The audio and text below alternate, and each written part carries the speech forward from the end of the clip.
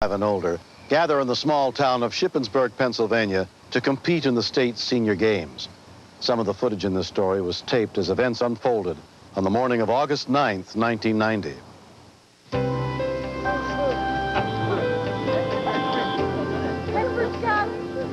Dr. Michael Cordes was the medical director of the games. The day of the race was very, very warm. The humidity was high, and that makes for an extremely difficult time, even with young athletes.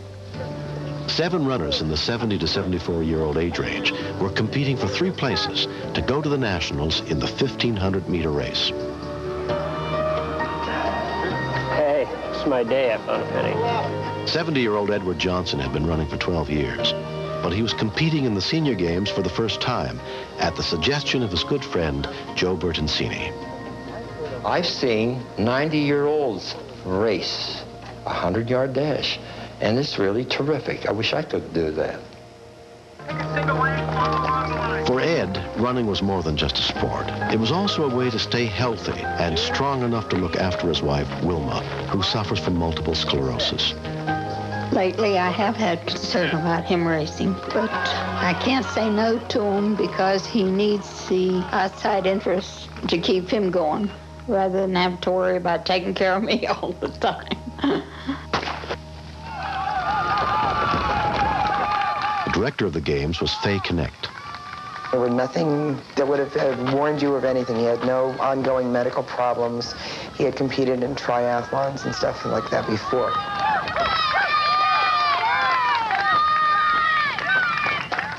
Medical volunteers watched from the sidelines, including EMT Rosie Sherman. Mr. Johnson, I think, was a very competitive person, and he was trying to give the race his all, and he did. The winner completed the 1,500-meter race in just under 7 minutes. Ed was close behind. He had placed third. He had qualified for nationals.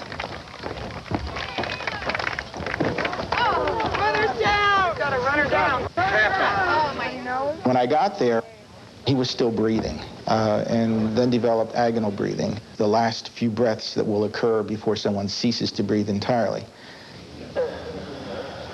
I didn't know whether he had a stroke, whether he had a cardiac event, but if we did not pursue something very quickly, the man was dead. Volunteer EMT Alma Myers rushed to assist. Dr. Cordes was taking the carotid pulse, and at that time he said there was no breathing and no pulse, that we had a cardiac arrest. Something happened up here. They called for medics. Get him over. Come on. Get him over. He stopped breathing. No, he stopped breathing.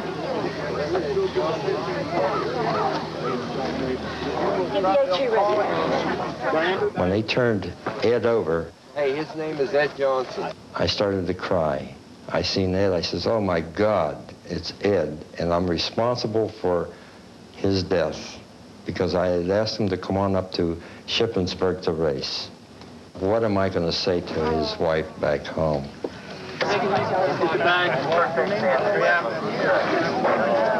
His face was very ashen. His mouth was open. His eyes were open. His pupils were fixed. I would say probably the chance of recovery for Mr. Johnson was in the category of maybe 70-30 against.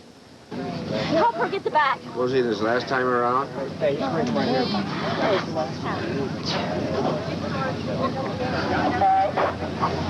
I've been on a lot of cardiac arrest patients, and in the 10 years, I know that I've only saved really one person, and that was 5 years ago. So, you know, I'm there and I'm thinking, you know, the chances are very slim.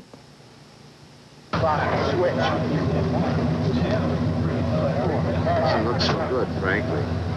They were pushing on his chest and blowing into his mouth, and I could hear somebody say he was dead. It just took everything out of me.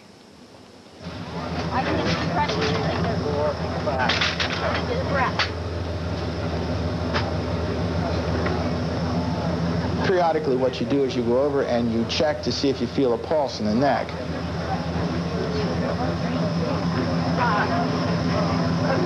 We have a pulse.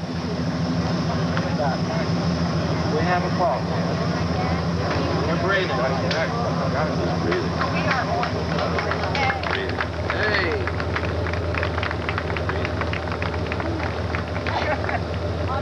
When Dr. Cordes told us that he had a pulse, that he was breathing, I was overjoyed, and really overjoyed when Mr. Johnson looked up and said, well, what was my time? That's all he was worried about, was his time.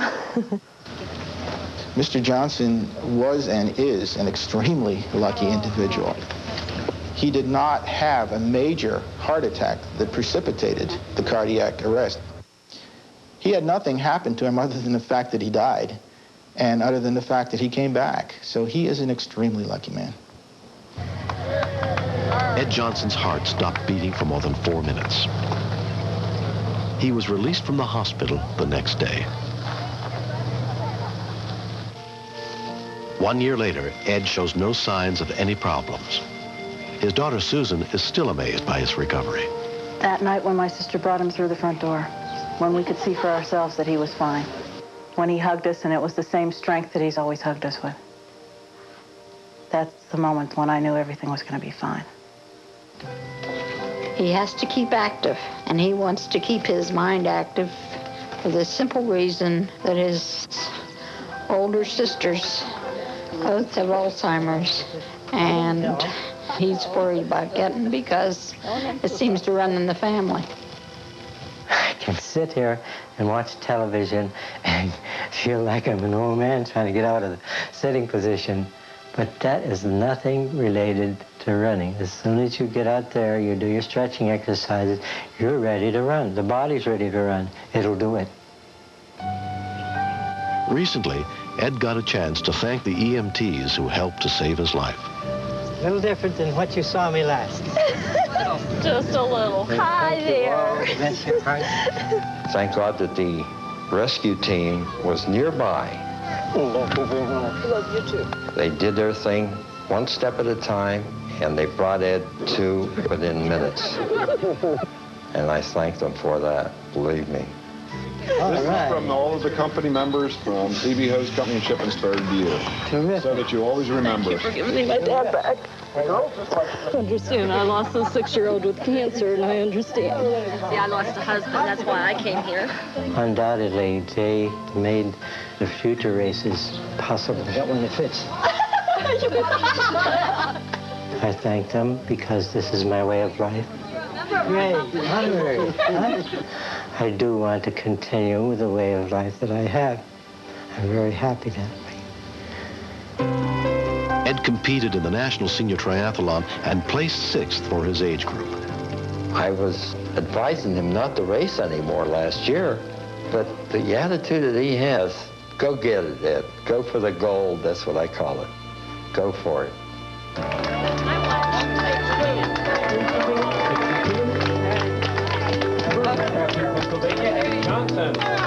I knew he wouldn't come in first, but it's just such a great pleasure to see him finish something like that because I know it's his dream.